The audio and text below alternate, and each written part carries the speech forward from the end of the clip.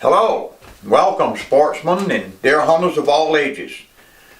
This is Gunsmoke's Big Buck Hunting Tips, and this here is Stumpy, a beautiful 11 pointer I took in early November of the 2011 hunting season. This beautiful young buck has got it all going for him. He's got large main beams, good long points, and good main beam points. He's a beautiful buck, dark phased buck, scored well on the Boone & Crockett system. He scored out at 158 7/8, so that puts him in the Canadian record book. And he also took second place in the Shelburne County Fish and Game Big Buck Show that they held last year in early June. So well pleased with this buck. He's my best buck up to date. In all my hunting years, I've been deer hunting. And this show we're going to be doing today is based on 43 years of experience in the backwoods hunting these whitetail deer. And I'm going to share with you my knowledge and skills that I've learned in them 43 years of hunting these whitetail bucks. And I'm sure these tips and stuff I'll be telling you today will help you make your own luck when it comes to putting one of these big boys on the wall like Stumpy here.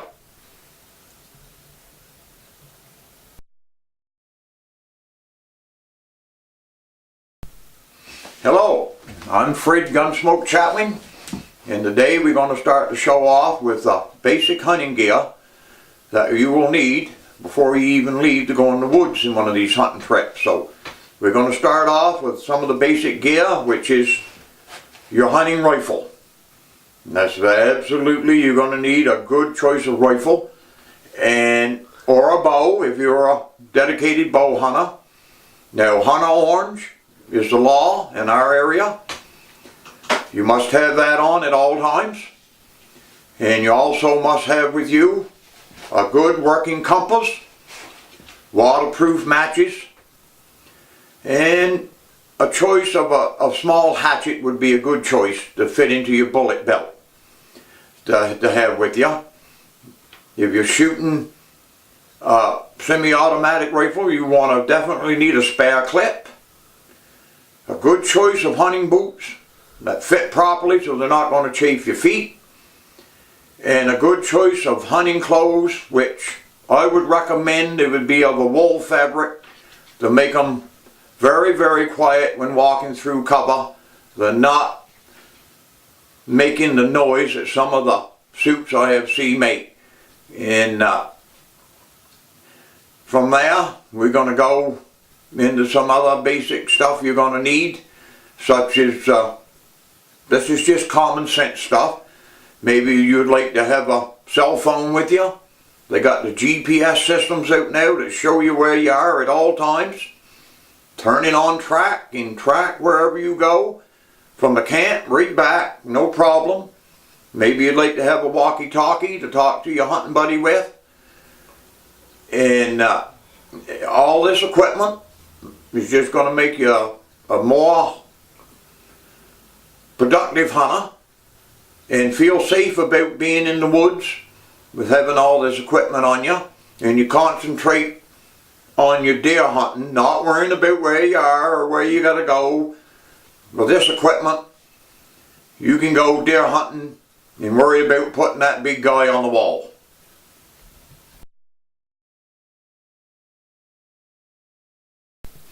Okay, this next subject we're going to touch on here is your choice of your deer hunting rifle. Now, this is something that you're going to have to take in consideration and do some studying on, because this rifle is going to be for you in the area you hunt in, either over a bait pile or an old chopping or an area that the deer is going to come out very close to you. So your caliber of rifle, you want to choose carefully for your hunting area you're going to be hunting in. We'll say you're laying in a little small chopping with bait out. 30-30 caliber rifle has got all the punch you need to take a deer close range. If you're into an old burnt area or a old cut off woodlot, you might want to reach out a little farther to the 308 with a 180 grain bullet. Then you can bump it up from there to a little more open areas to the 30-06, which is an all-around deer hunting rifle, no matter which situation you're in. Then you can go up from there. There's no limit. You've got your 300 short mags, you got your 7mm express, 7mm magnums, 300 H&H magnums. It just goes on and on and on. But what I'm trying to tell you is, choose the right weapon, the right deer hunting rifle for the area you're going to be hunting in. Now, me personally, I went with the Remington 280 semi-automatic. And I'm going to tell you why, the semi-automatic. This rifle allows me to get some quick follow-up shots. If the first shot cripples the deer and he's going stumbling, I don't have to take my face out of my scope. I can just keep shooting. And on a running deer, I keep my eye on my scope, follow the deer, and keep squeezing the trigger. That is why I always carry a spare clip ready to go in my hunting coat pocket at all times. If I drain one clip on a running deer, I pop it out and I pop this one in. I'm ready to go again. And it makes a big difference, because as long as I can see that deer, I'm going to keep shooting till I'm out of bullets. And that's the reason I chose the semi-automatic, where a lot of you might be comfortable with the bolt action or the lever action or the pump action. It's your choice. And on this Remington 280, the choice of bullet I chose was the Remington 280 150 grain core lock soft point. And I'll tell you why.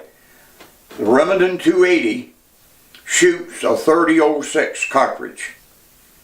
The neck of the cartridge has been ground down to 28 caliber. That's what a 280 is, a 28 caliber. And the bullet that's in the neck of the cartridge is a 150 grain core lock soft point. The entrance wound on a deer is no bigger than the bullet is itself. But when this bullet passes through a deer, it mushrooms into a mushroom shape. And the exit wound is a massive wound. This bullet will do it all. The 150 grain bullet is a flat shooting bullet. In this rifle, I top it with a 6 to 24 power varmint scope made by Tasco. It's got a built-in bullet compensator right in it. At 500 yards, and I turn this scope up to 24 power, I bring my target in from 500 yards to 39.5 yards, so I see what I am shooting at. There's still a lot of hunters out there that still love to use the old open sights on the rifle, which is fine. If you're used to shooting your rifle with open sights and are comfortable with shooting with open sights, do so. But the advantage of the scope over the open sight is when just dusk or dawn, your scope will allow more light in to your eye that you can see better what you're shooting at, instead of looking down the barrel of a dark rifle coming on dark, trying to line your sights up with the deer. Now, some people don't have no problem with it. In younger eyes, you don't have no problem with it, but as you get a little older, your eyes get a little bad, and I notice a lot of guys leave the open sights behind and go to the scope for that reason itself, because they can see the deer better in the scope with fading light, because the scope gathers all visible light there is left in the sky will filter into your scope, and you can see your target clearer. And that's what will happen if you shoot a scope in the daylight or dark, coming on dark. It'll give you a big advantage on what you're shooting at.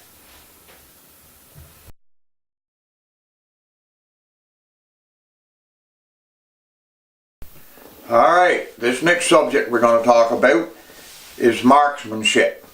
When you make your decision on the choice of rifle you're going to buy for your deer hunting, and regardless if you're going to use it with open sights or top it with a nice scope, the first thing you can do is get that scope bore sighted. Most dealerships will bore sight your scope for you right on the spot. Then go join your local rifle club. Make a decision on what grain of bullet you're going to shoot in this rifle for your deer hunting, but stick to that grain of bullet. Once you line that scope up with that grain of bullet, stay with it. Be comfortable with it. Go out to your local gun club, rifle club, take a box of bullets, get the rifle lined up properly.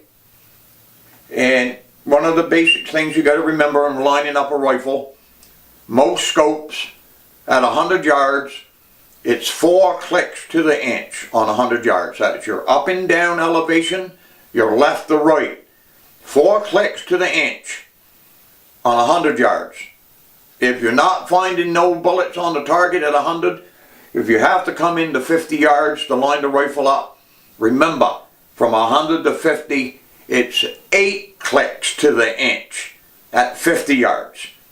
Both dials, left and right and up and down.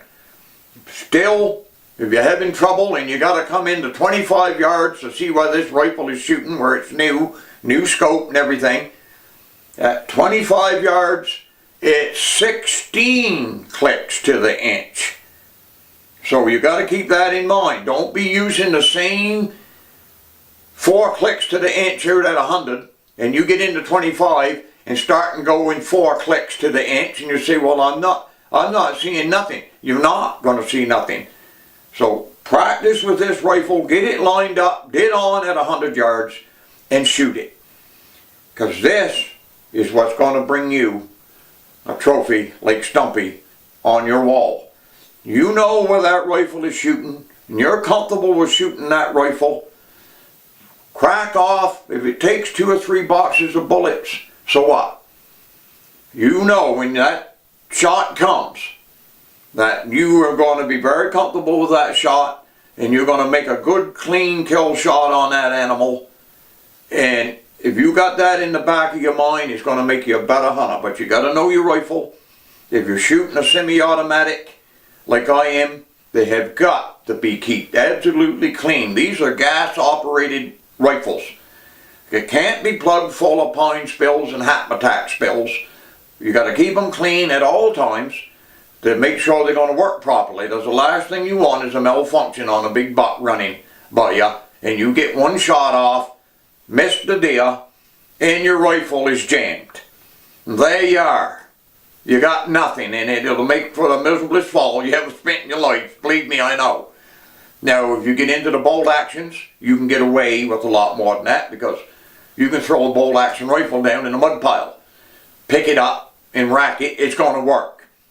But what I'm trying to stress to you is, if you're shooting a semi-automatic, keep it absolutely clean, make sure it's in perfect shooting order at all times. There's no room for error. When you and Mr. Trophy Buck are standing eye in eye, you want that rifle working and you want to know how to shoot it.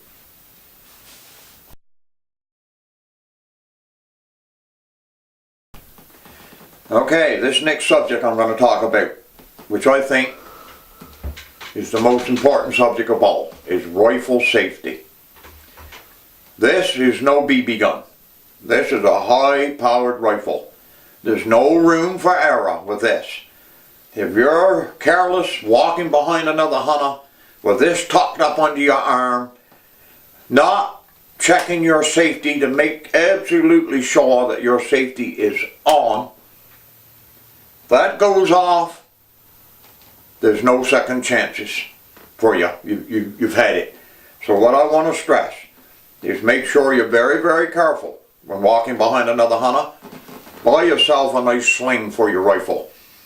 Over your shoulder, the barrel is pointed up, out of the way, so that looks after that part of it. Now when it comes to tree stands, I see a lot of guys will get up the tree stand with the rifle tied on by the barrel below them on a string, load it, even though safety's on, and haul that rifle up that tree towards them, with it thumping and banging on every branch as it comes up, and little do they know, they're looking right down the barrel of a high-powered rifle. It only takes that one little tunk, safety on a knot, that rifle could discharge. Wouldn't be a pretty sight. Make sure your rifle is unloaded when you get to your tree stand. You can leave the clip in. Make sure the breech is clear.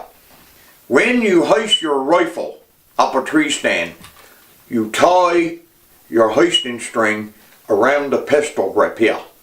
So when you get up in your tree stand, when you haul that rifle up to you, the barrel is pointed down, even though you know it's unloaded, but still the barrel is pointed down. And once you get that rifle in the tree stand with you, you can reload the rifle, check your safe, make sure the safe is on, and you want it sitting very close to you.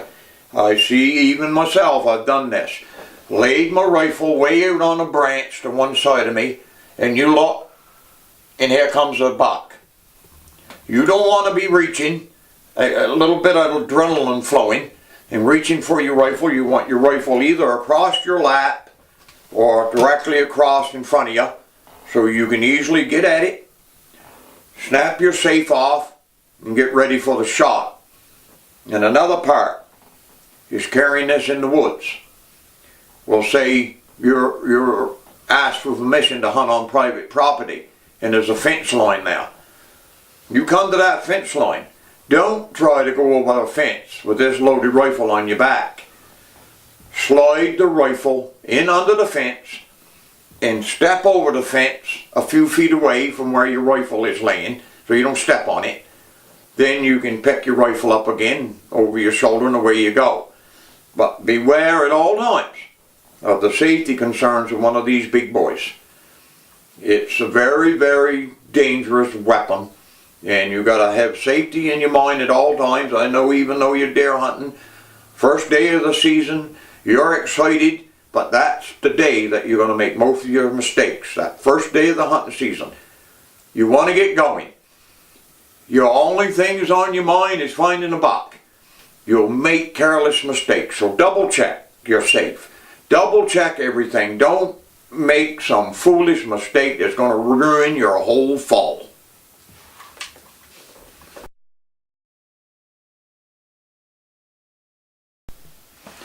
Okay, we're going to go next to the knowledge of your hunting area.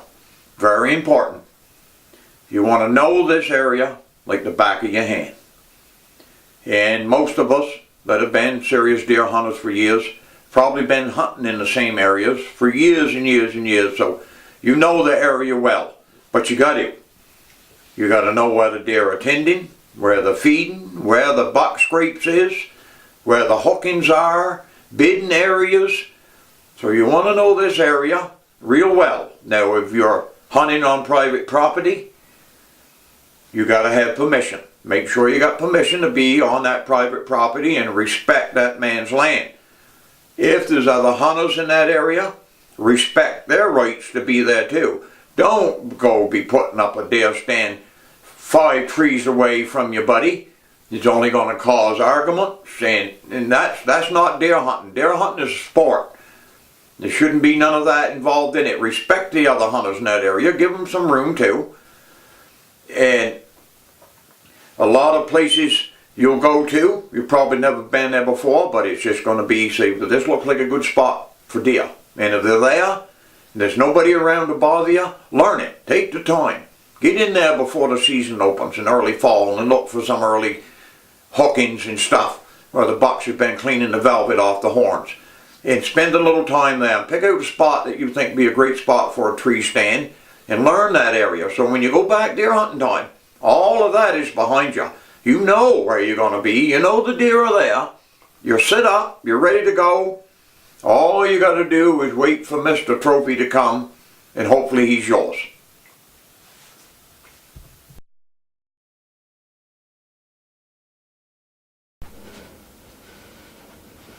Alright, this next little segment we're going to go through here is getting things to talk about here now that's going to make you a better deer hunter. And one of the subjects is, I know a lot of you hunters has looked at this, see this a lot. The maple leaves are down, the oak leaves are down, the acorns are down, and the deer are in the hardwood. But the big problem is, how do you get into that hardwood without sounding like walking in a cornflake factory? Well, we come up with an idea a few years ago of saving our old wool socks, home knitted ones or bottom ones when they got wore out. We'd take them into the camp, and cut the toe out with a pair of scissors and the heel out with a pair of scissors, and we'd haul them on over our boots. And what this would do when you're walking in them low bushes, you didn't get that whack against your boots from a small branch or a limb, like somebody snapping your boot with a elastic band. It was hardly any noise because it was hitting that sock. And in walking in dry hardwood leaves, it was way quieter. And that way you could get into the hardwood. If the deer's in the hardwood eating acorns, you've got to be there.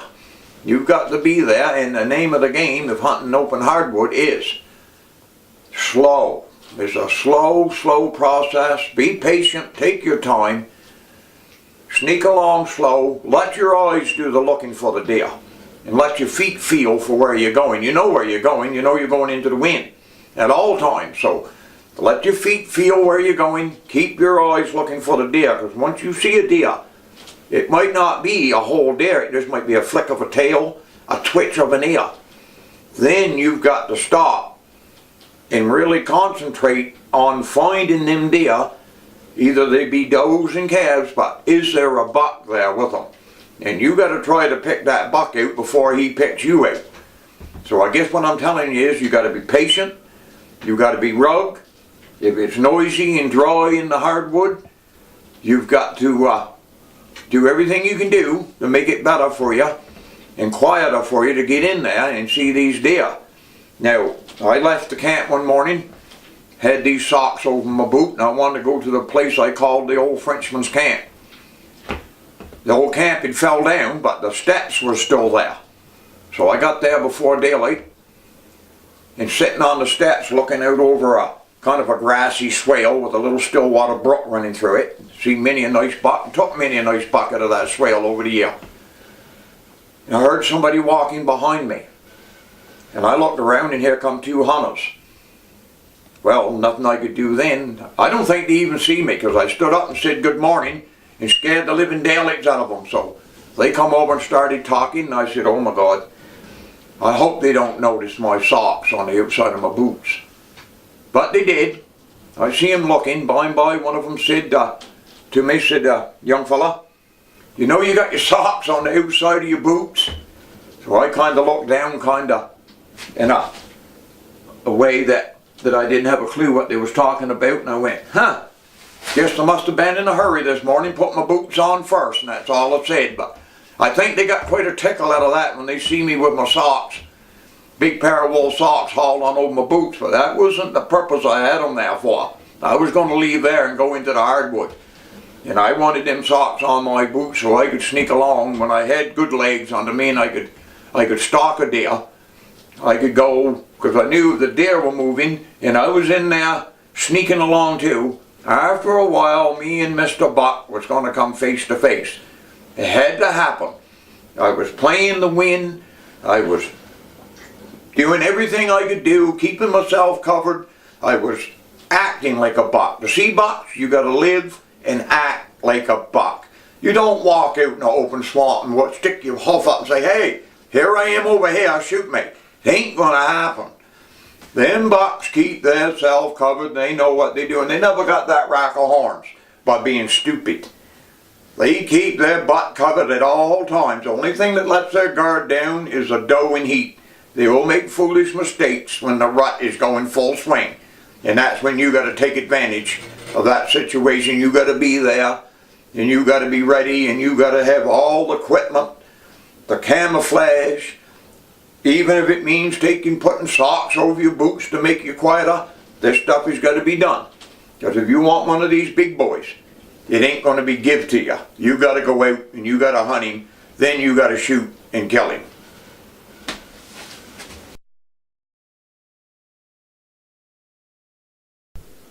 Okay, next thing we're going to talk about is what we call in this area road hunting. Now, there's a lot of people around here that not able to go back to a deer hunting camp for the fall. They've either got jobs or whatever and things to do around home, or maybe ain't got the health to get there. And it's a good effective way to get a deer in the fall. You get a chance to whip down an hour or so in the morning to a spot you found and got a tree stand out or whatever you do, and back again in the evening, maybe get an hour in before dark. It's just a matter of time. You put in your time, and there's been some nice bucks killed that way. And a lot of people even take an ATV from probably back of their own property and go back, have some trails cut, find a spot where there's a deer or two tending, and a lot of them do come out with their old big bucks every year. So it ain't all just about going back to a deer hunting camp. There's so many other different ways that you can get a nice deer. But the name of the game is you gotta be out there. Regardless if it's hunting from a camp, a couple hours a day, when you got a chance, going along the road in your car and stopping to a spot or on an ATV or whatever. But you gotta get out there to see them, and you gotta be there to kill them.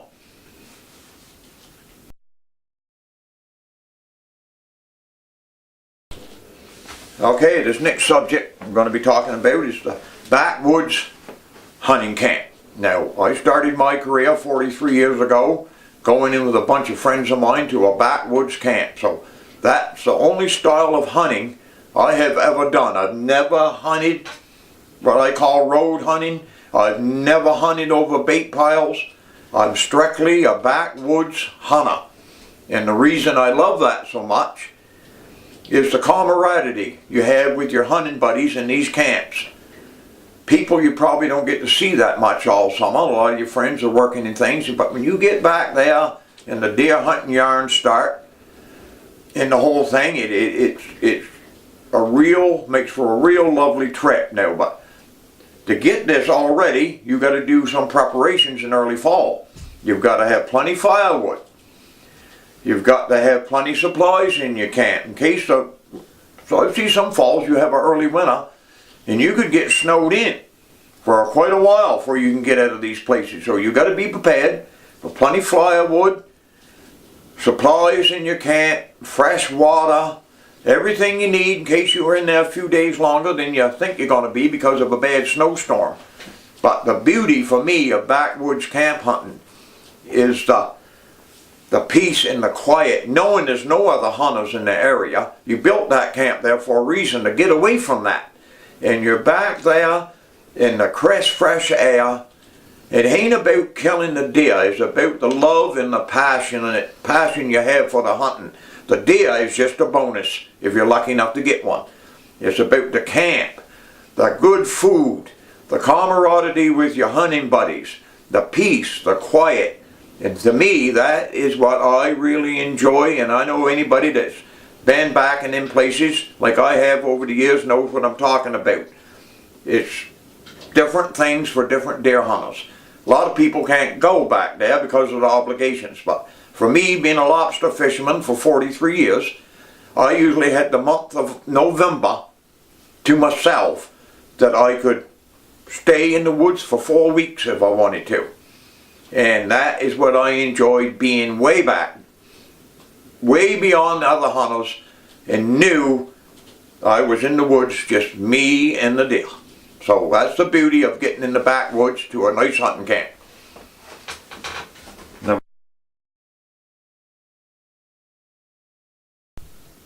Alright, this next subject I'm going to talk about is very important.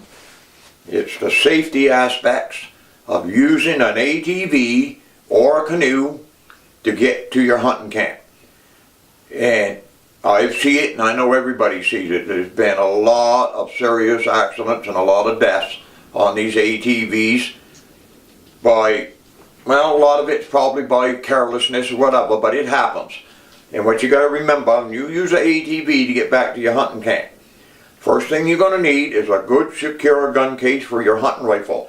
You probably just spent a half a box of bullets in your one afternoon to the rifle range getting that gun lined up for the hunt. Now the last thing you want to do is beat that scope to pieces trying to get to your camp, and you got to line your rifle over again. When you get there, it's probably shooting 10 foot high. So first thing, get a good, they have these cases out that bolt to your ATV. You put your rifle in them, they're solid in there. There's no movement. Then you haven't got to deal with your gun getting beat to pieces getting to the camp. And when you use these all-terrain vehicles going to your camp, you want to know or make sure you've got a small air compressor that you can plug right into your ATVs. There's a little outlet there you can plug in case your tire goes down. You want spare patching stuff in case you poke a hole in your ATV tire. You want wrenches and stuff to take and change a tire if you have to. But that has got to get you to that camp. So if you're going to run into problems, you've got to have that equipment with you to ensure that you're going to get to that camp today, not in the middle of the night. Got to go back out and get somebody to come in and help you. Have that stuff with you and be prepared at all times when using these ATVs, because they're not a toy. They're a very, very dangerous little vehicle, and you got to be very careful when using them. Now, if you're going to use a canoe, same thing applies there. I traveled with the guys I hunted with for years. The only way we could get back to those backwoods camps then was by canoe. First time I stepped in one, I said, can't go 10 feet, be grounded. But once you know how to handle a canoe, paddle a canoe, and be very, very patient in a canoe, don't get nervous and not worked up, nothing to it. But you got to know what you're sitting in, a canoe.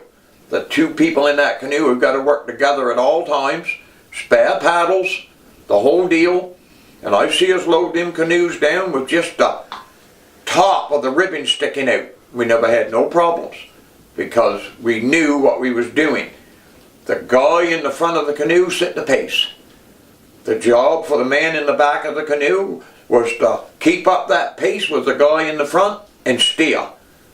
When you come to a run, the guy in the bow bent down so the guy in the stern could see out over him so he could steer. He didn't need you for anything. The canoe was going plenty fast going down these little runs. So you got down so he could see out over you so he could steer that canoe down for that run. Not a problem whatsoever. Beautiful way to travel rivers and little brooks and stuff, and beautiful way to hunt out of a canoe. But again, safety. Number one rule. Know what you got under you. It's not a 40-foot lobster boat, it's a canoe. And know how to use it.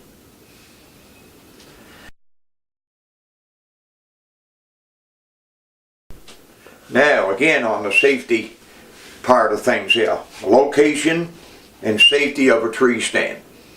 I know a lot of guys look around the fall and they find a spot that's all tore up with buck signs, say, man, I got to get a tree stand in here.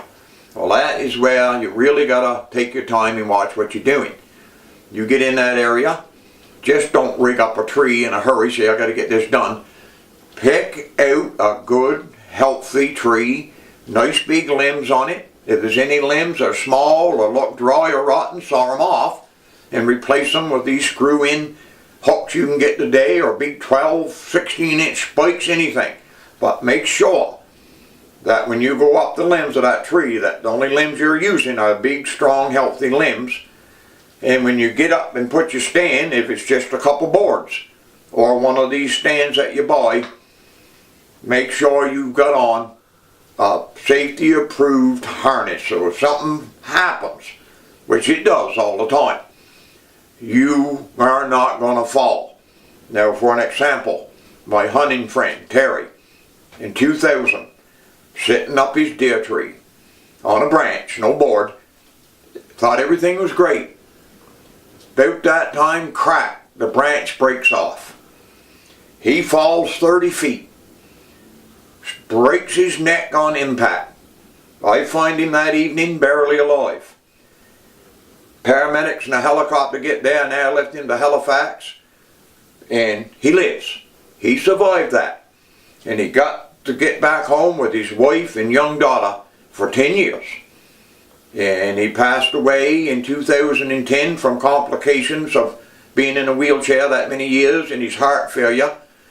But That's just how quick it can happen. Your loved ones is looking for you to come home from this hunting trip. Not to drive to Halifax to find you laying in the bed with your neck broke. So be careful. When you're putting up a tree stand, take your time, don't be in a hurry. If you gotta move 50, 60 yards from the deer signs, no big deal. At least you know you're safe. You're in a tree, you're in a good tree, you're safe. He'll still come by. You'll get a glimpse of him.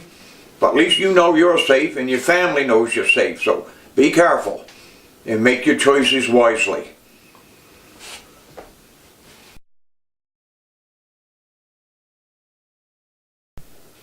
Okay, next subject. Scents, cover scents I guess they're called, and deer calls.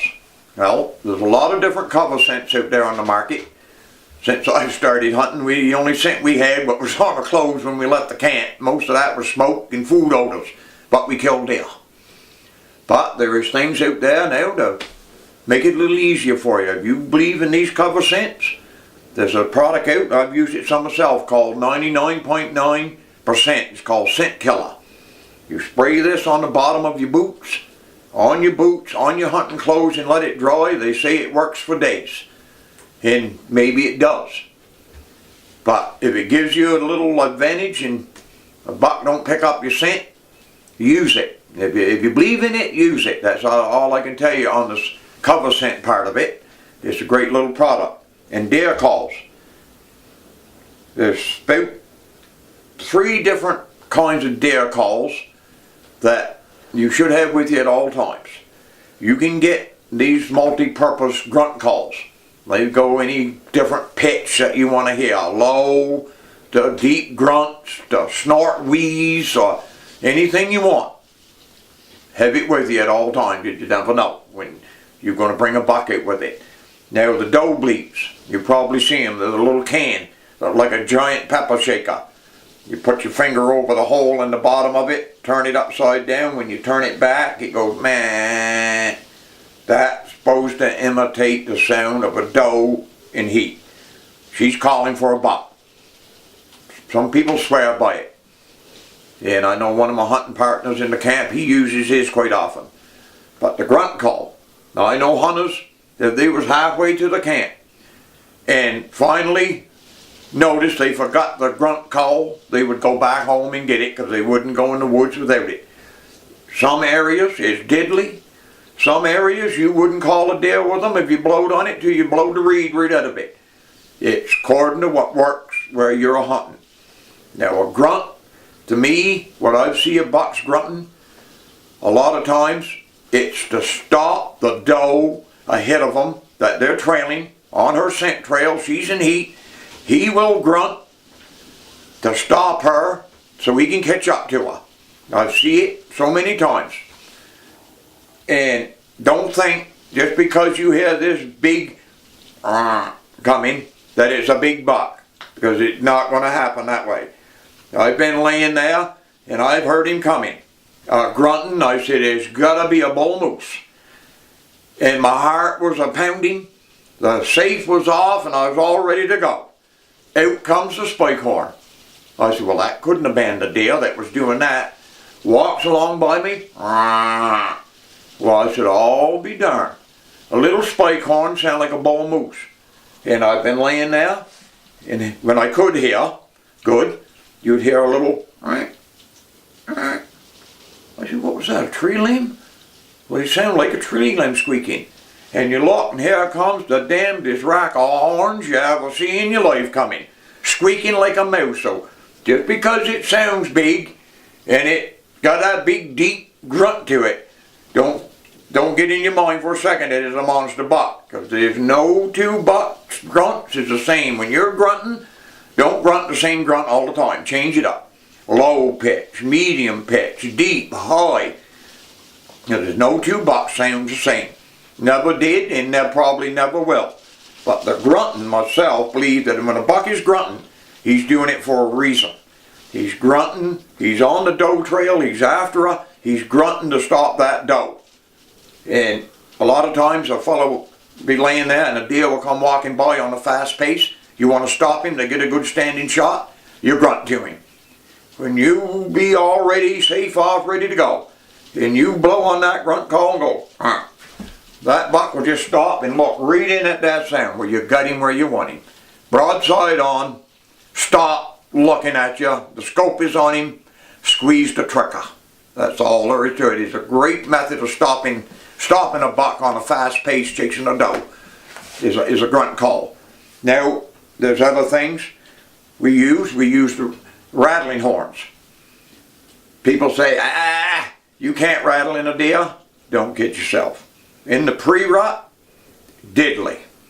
But don't never do it alone. You've got to have a buddy to help you with this. Because the guy concentrating on the rattling and doing a little grunting at the same time, he can't be looking for deer. He's concentrating on the rattling, driving them down into the ground, into the bushes, and clicking them together and blowing his grunt call. The guy with the rifle is looking for the buck at all times. You got to position yourself. That buck will come. Soon as you touch them horns together, he's coming straight at you if he's in hearing distance. But what he's going to want to do is get down around you to try to smell what you are. Are you two deer fighting? Are you a couple of hunters trying to trick me into thinking it's two deer fighting? So you got to get yourself positioned so he can't get down. You got to have your back. What I'm saying is against open country. So he can't get downwind of you. You got to play the wind on this one. It's probably only 2 or 3 mornings for the fall that you'll catch this perfect chance in the pre-rut, early rut, to get out there and rattle. The guy with the rifle, his head is going just like a radar all the time, trying to get a glimpse of this buck coming, trying to get downwind of you. And you catch him just right and he steps out looking to see what all this commotion is. He's the one, you probably be rattling and doing your thing, and next thing you know, it be stay bang right here in your ear hole and scare the living daylights right out of you. But he ain't going to tell you here comes one. He's going to concentrate on what his job is. He's the shooter in this situation, and probably the next time you do it, let him do the rattling and you take the gun, so maybe you get a turn. But need 2 men, play the wind, right time of the year, and do it right. Guarantee you, when you touch them horns together, the buck is coming.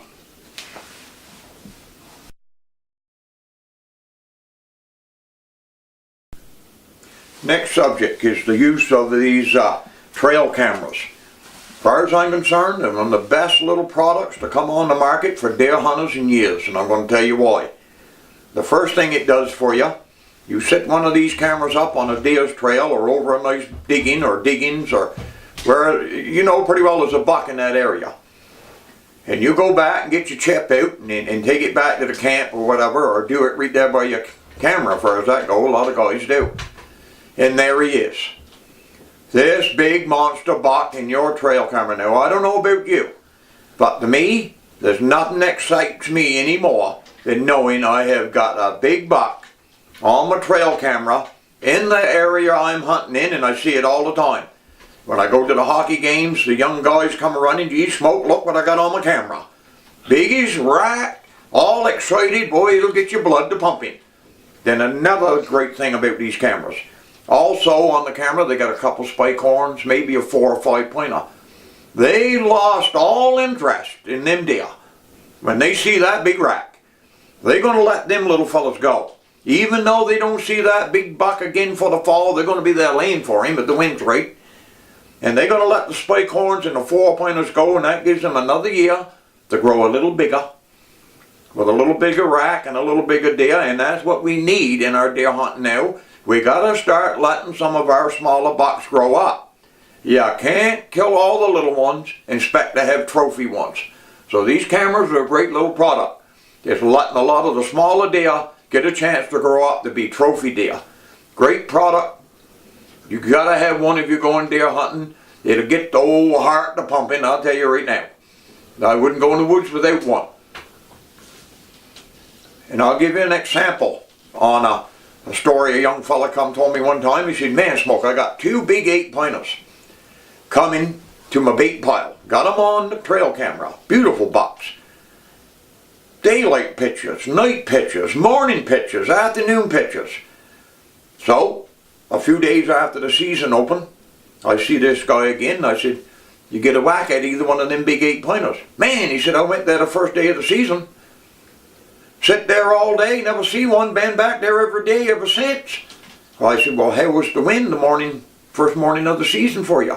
Well, it was kind of blowing from me down across my big pile, down into the bunch. I said, I'll let you in on a little cigarette buy. You ain't gonna see them bucks again for the fall, because the first thing you done wrong, you wanted to get a whack at one of them 2 bucks so bad, you forgot what I've been preaching to you. You gotta play the wind. You should have waited for the wind to come right before you went anywhere nigh that bait pile. You'd have seen one of them 2 bucks. Now they know you're there. They've winded you. The chances of you seeing them 2 bucks this fall or any fall again is none. And that's just what he see them again was never. So, just because you got him on the camera, just because he's coming all these hours of the day and evening, don't play the wind right and he gets a whiff of you. He never got that rack of horns by being stupid. He knows you're in the area. There's other bait piles he can go to. He's not going to come to that one no more. Get him on your camera. Know he's there. Put the wind in your favor. Let him come to you. Then he's yours.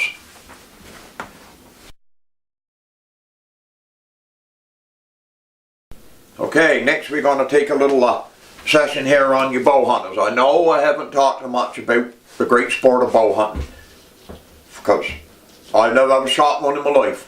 Probably had the arrow sticking right fan the top of my foot, but I know what you have to do to be a good bow hunter, and what shows I've watched on it, it is patience, know how to shoot your bow, and absolutely you got to make sure you got that deer within your range that you're comfortable with shooting that animal with your bow.